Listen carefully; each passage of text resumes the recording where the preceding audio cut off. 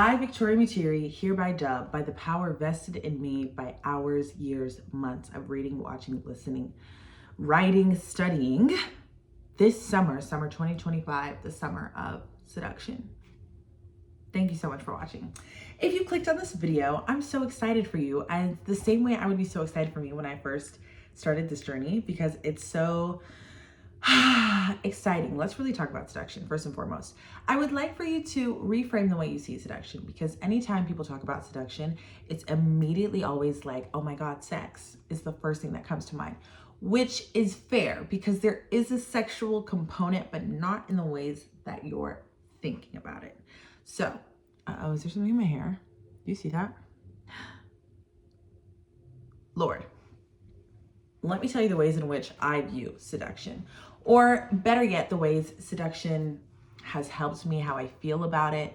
Let's get into it, okay? Because the reason why I'm starting this is because I'm going to do a Summer of Seduction series, and we'll get into what all that entails here very soon. But let me tell you a little bit about seduction. So, I came across seduction about a year and a half ago when I read The Art of Seduction by Robert Greene.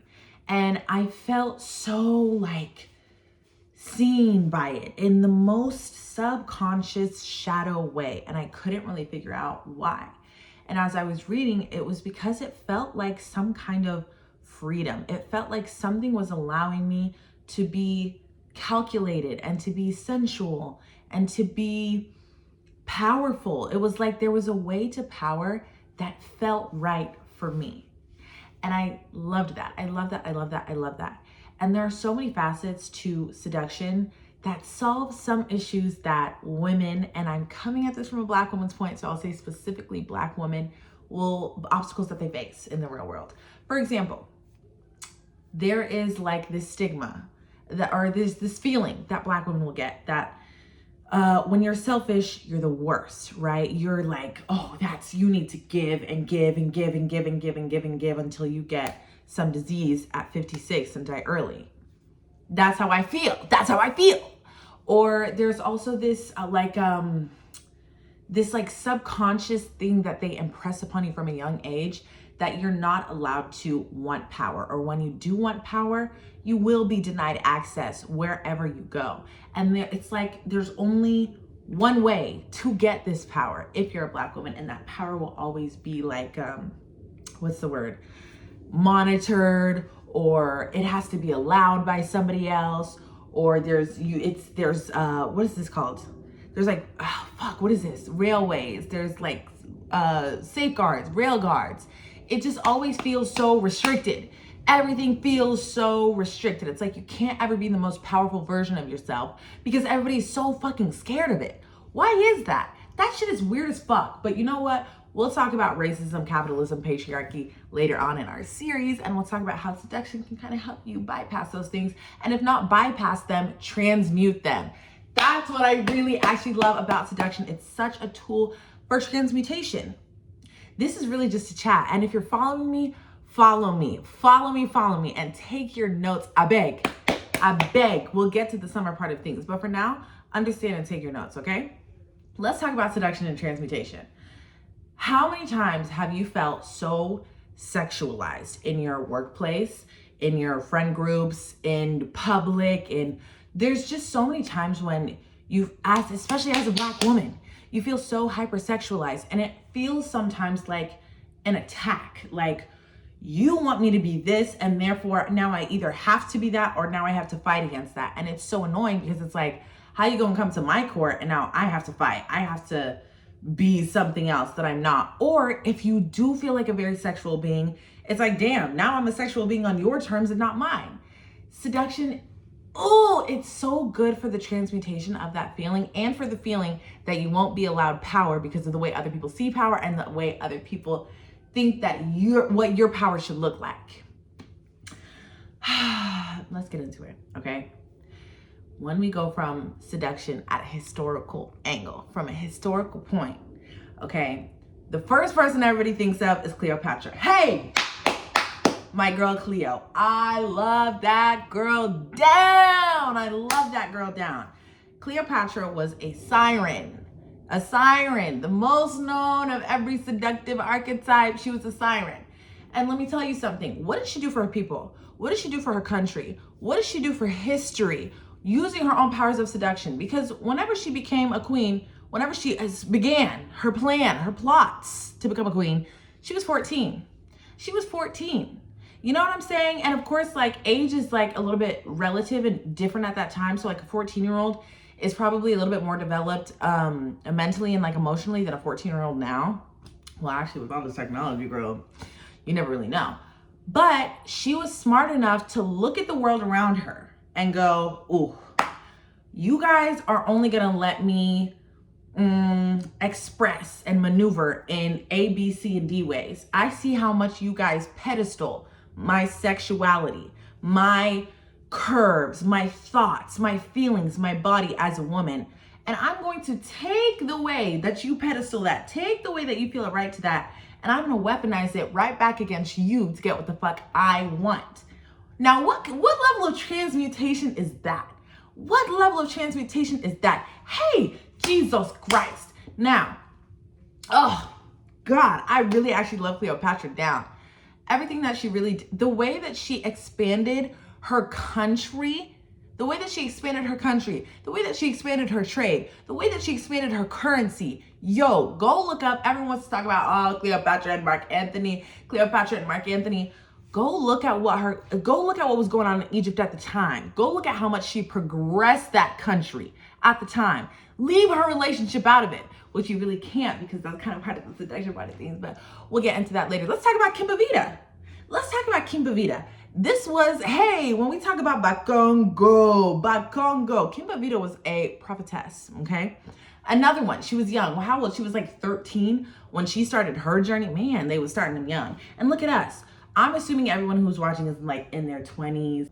Kimbavita was a young prophetess when she was, when she was 13 in Bakongo, which is now like West Angola. So it's not really like the Congo we know today. This was back when it was like Kingdom of Congo with a K. Excuse me. I'm trying to remember my details right now because I'm not trying to tell you anything wrong. But basically, this was a girl who, when the Portuguese landed on Bakongo shores, on modern day West Angola shores, she was telling them, she said, hey, guys, I had a dream that if we follow these Portuguese and we start to do trade with them and we let them come in here and start their little colonies, they're going to fuck us. They're going to fuck us. They didn't really hear her.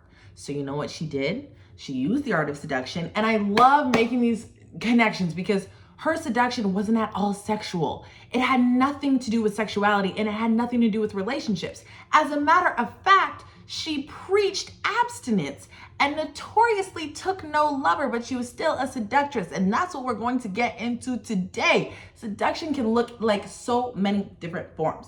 And the whole point of, did I even finish about what Kimbavita did? She started a whole religion. By the end of her life at 22, she was the #1 most wanted by the Portuguese in the Kingdom of Congo at the time.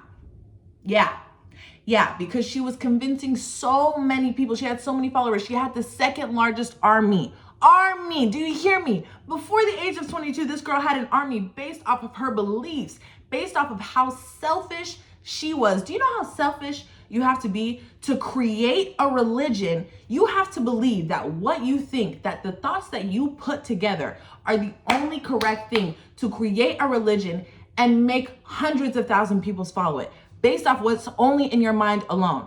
How many times do we as women, as Black women, believe things, we create things, and then we're made to feel like, well, that's just me. That's just what I believe. Everyone has different opinions. Everybody's opinion matters. Everybody's opinion counts. You think if Cleopatra gave a flying fuck, a damn about what those Roman women, what those other Roman royalty, what those women, what those men thought about her, you think she would have been able to do for Egypt what she did for Egypt? Do you think Kimbavita would have been able to be the Kimbavita that she is today? That woman that we respect, hey, today, you think she would have been able to do that if she was there second guessing herself? If she was there, oh, well, we have to consider everybody. She only gave a damn about what she gave a damn about, and that was her people. Same thing for Cleopatra. She only gave a damn about what she gave a damn about, and that was her people, and that was her power. That was her power. Matter of fact, Cleopatra actually didn't give a flying fuck about her people. She gave a fuck about her own power. Do you see how her centering herself, centering her desires, centering her power impacted an entire empire? 2 empires, matter of fact, because it impacted Rome and it impacted Egypt. Hey, you won't tell me the seduction is not a good thing. You won't tell me. So let's bring it back because we can get deeper into all the rest of that in our little series, okay? So let me tell you about like the pillars of seduction that are so important. I've already talked about being selfish, okay? And to give you a little bit more background on what's informing my idea of all of this, I've read The Power of Now by Eckhart Tolle, which teaches you about presence and acceptance and life and cycles. I've read The Game of Life and How to Play It by Florence Scovel, which teaches you about the game of life and how to play it via like, the law of least resistance, the law of attraction, the law of non-resistance. Like, it teaches you about all that stuff. It talks about the Bible a little bit too, which is interesting. I've read the Bible. I've read The Art of Seduction by Robert Greene. I've read Mastery by Robert Greene. I've read the 48 Laws of fucking human power. I've read all these books. I've studied, let me show you these journals, okay? I'm back. But I have journals of notes and graphs and just everything because I've studied all of these things. I factor in astrology. I know about my chakras. I know about queens of the past, history of Black queens, specifically from the past and what they've done for their countries and how seduction plays into these things. So what was I talking about? The pillars of seduction. Pillar number 1, you got to be selfish. You have to be selfish because there is such a thin line between selfish and selfless. Let's say there are 2 men. One loves recognition. One loves feeling like everybody is worshiping him. There's another man, and why are we even doing that? Let's call these 2 women. There's another woman who just loves to give and give because she's so kind. She's just a kind soul. She loves to give and give. Both of these 2 people can go to a village and give 100 kids water, food, help them build their infrastructure for two full different reasons. This one wants to feel worshipped and like she's the best in the world because she's selfish and she wants recognition. This one wants to give and give. What is the impact? The impact is the same, no? Okay, but here's the thing about being selfless in this, I don't even want to say economy, but in this world. Here's the thing about being selfless, because I think a lot of Black women identify as being maybe not selfish, but as kind, as generous, as, you know what I'm saying, as a lot of those things. And we can talk about how femininity ties into this later, because being generous, you could say, is like a facet of femininity. But for today's video's sake, follow me. We're gonna nix it, okay? Because we'll tie it back in later. But at the beginning of things, you have to be super, super selfish. Being selfless, you give and you give and you give, and then there's nothing left for yourself. So when people come to you, the only thing you will have to give left is animosity. You've been giving for so long. That is what, we won't even get into the extra shit right now. Because let me focus. Selfishness is your first pillar. You must be selfish. You must put yourself first. You must think of yourself first. And in The Art of Seduction by Robert Greene, he will say that the whole point of a seduction is about the other person. You have to consider the other person. But it's the root. It's the intention behind which you start that seduction. It has to be 100% self-involved. And the fact is, as humans, we're all self-involved. We're all selfish. The only difference is that some of us have been taught that it's okay, and some of us have been taught that it's wrong, even though it's human nature. So part of seduction is unlearning the fact that yes, you are selfish. You only consider yourself, and when you act from a place of power when you consider yourself, and not from a place of disenfranchisement when you're considering yourself and giving yourself this dissonance between I want what's best for me and I also want what's best for everybody else. What the fuck? Your situation changes. Your product will change. Bad data in, bad data out. Bad data out, bad data in. Same fucking thing. If you're following me. If you're not, we can go back through. If you have any questions, leave them in the comments, okay? Because today I'm preaching. All right? So, pillar number one, selfishness. Pillar number 2, non-judgment. You cannot judge yourself, and therefore you cannot judge anybody else. That is true. If you are judging other people, how do you think you won't come home and judge yourself? How do you think you won't come home and judge yourself? It's hard. Listen, I'm a judgy person. I always have something to say. Do you hear that though? I always have something to say. If there's always something to say, you don't think you'll come home and always have something to say to yourself when you're alone? No. You can't be judgmental through the whole process. You can't judge yourself for things you might do, because some of the things you might do may be sinister. And I say sinister because the world has told you that what you're doing is sinister, because you've been taught that what you're doing is sinister. And sinister can be it can be interpreted in so many ways, right? But you can't judge yourself for your actions. Do you think Cleopatra would have judged herself for deliberately seducing another man's wife? Do you think that she would, another wife's man, another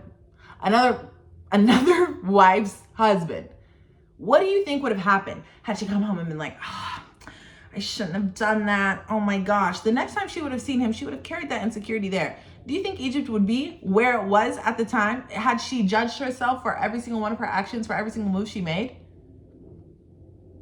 Answer quickly. And also, and maybe this is another pillar, but you need to start considering yourself as truly, oh, black queen. No, for real. Because we're entering, with this AI, with these laws changing, we're entering into a lawless time. There are empires up for grabs right now, and we all know who they belong to. So go ahead and start thinking of yourself as a queen, as an empress, whatever it takes to grab your empire, to grab your kingdom. That's who you are now. So every action that you take, there needs to be no judgment. There needs to be no mass thought for anybody else. And when I'm saying mass thought for anybody else, if what you're doing the same way Cleopatra, let's say the same way Kim Bovita was trying to protect her people, it was because that was her interest. You see what I'm saying? If you follow me, follow me. All right, let's get back to it. Non-judgment. Don't judge others. Don't judge yourself. Okay? There we go. And practice this all day long, day in and day out. This morning you got up, you didn't go to the gym. Don't judge yourself. Don't judge yourself for that. Just say, oh, didn't go to the gym today. That is a fact. Okay, what's next? You got to move forwards, okay? Moving back, guilt, shame, fuck that shit. Guilt and shame, what are we on? We're on non-judgment and selfishness. Underneath non-judgment, pillar 1, put A and B, guilt and shame. Cut that shit. And I know that's so much easier said than done, but we can do a series on shadow work to cut that shit too. It's just not helpful, okay? All right. Pillar number 3 of seduction is cunning. It's cunning. You got to be smart. It's about planning. It's about goals. Let's call it goals. Let's call pillar 3 goals. You have to have a goal. You cannot start any seduction, whether this is a seduction of a man to, I don't know, maybe you want a husband. Maybe you want to seduce a man to gain access to power or resources. Maybe you want to seduce business partners to make a business deal go through. Maybe you want to seduce family to make your situation better. Maybe whatever you're wanting to do, you need to have an end in mind. Begin with the end in mind. First off, that's another thing they say about manifestation. And they also teach that in the game of life and how to play it. So I'm just saying all these ideas very much connect, okay? Begin with the end in mind. You must have a goal. When you start a seduction without a goal in mind, you are so liable to be taken any which way. And that is where people get so trapped. That is where women specifically lose their way. How many times have you been like, oh my God, she was supposed to go so many places. She was supposed to do this and she was supposed to be that. She was taken off her path. And if you don't know where you're going, let's say okay, I just go into the woods with a map. I have no idea where the end is supposed to go. I'm just walking through. I could be taken, if there's a stream here, I will just turn to the stream. But if I know my direction, my end goal is here, I'll find a way to cross the stream instead of letting the stream redirect me. Do you follow me? Begin with the end in mind. Have a goal in mind. And I love that this comes back together. Your goals should be selfish, and you shouldn't judge yourself for whatever your goals are. Pillar number 4 is brutal honesty. You must be honest with yourself. You must be honest with yourself about what you want, about how you're going to go about it, about how you feel about how you're going to go about it. Right now, be honest with yourself. How do you feel right now? Do you feel like, oh, I'm not ready for that. That isn't for me. Be honest and accept that, and don't judge yourself for that. If you feel like, oh yeah, this is my shit and I'm about to be the biggest villain, or I'm about to be the sweetest seductive, whatever it is, be honest with yourself about it. Don't judge yourself about it, and make sure it aids your goals. Make sure it aids all of your goals, okay? And the reason why I'm calling this the summer of seduction, because, and I know we said seduction wasn't that sexual, but if you're taking it in that direction, summer is the lawless land of the seasons.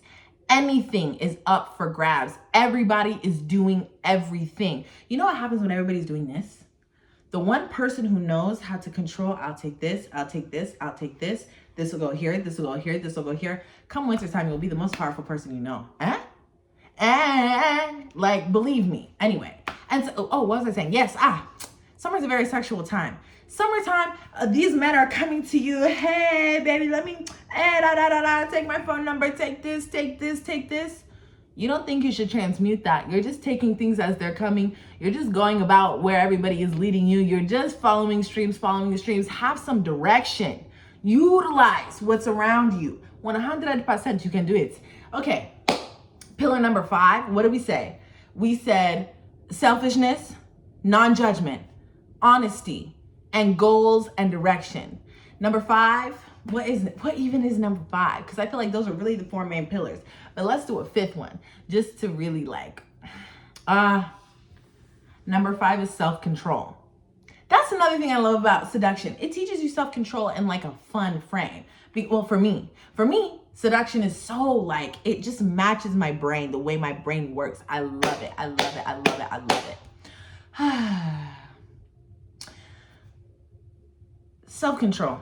Okay, because seduction is not about just I feel this way and you follow it. No. It's about you have your end goal in mind, and sometimes you'll feel one way, and to follow it is to take you off your path. No. You must have your self-control. You must stick to your plan.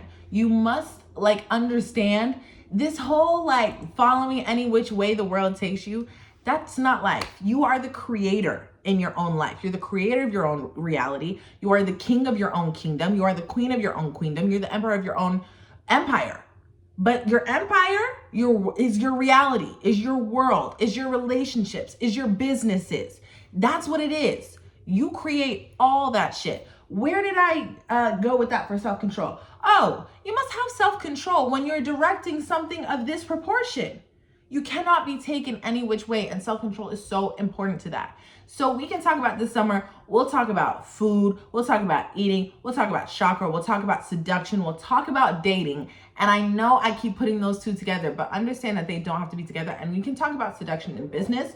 We can talk about seduction in family. We can talk about all those things. Let me know what you want to talk about. Until then, I will continue on my plan. You see, I'm not going to let y'all just take me any which way, but I will consider you. We can get into consideration and seduction, because that's I feel like when you're first starting off, you almost have to be hardball.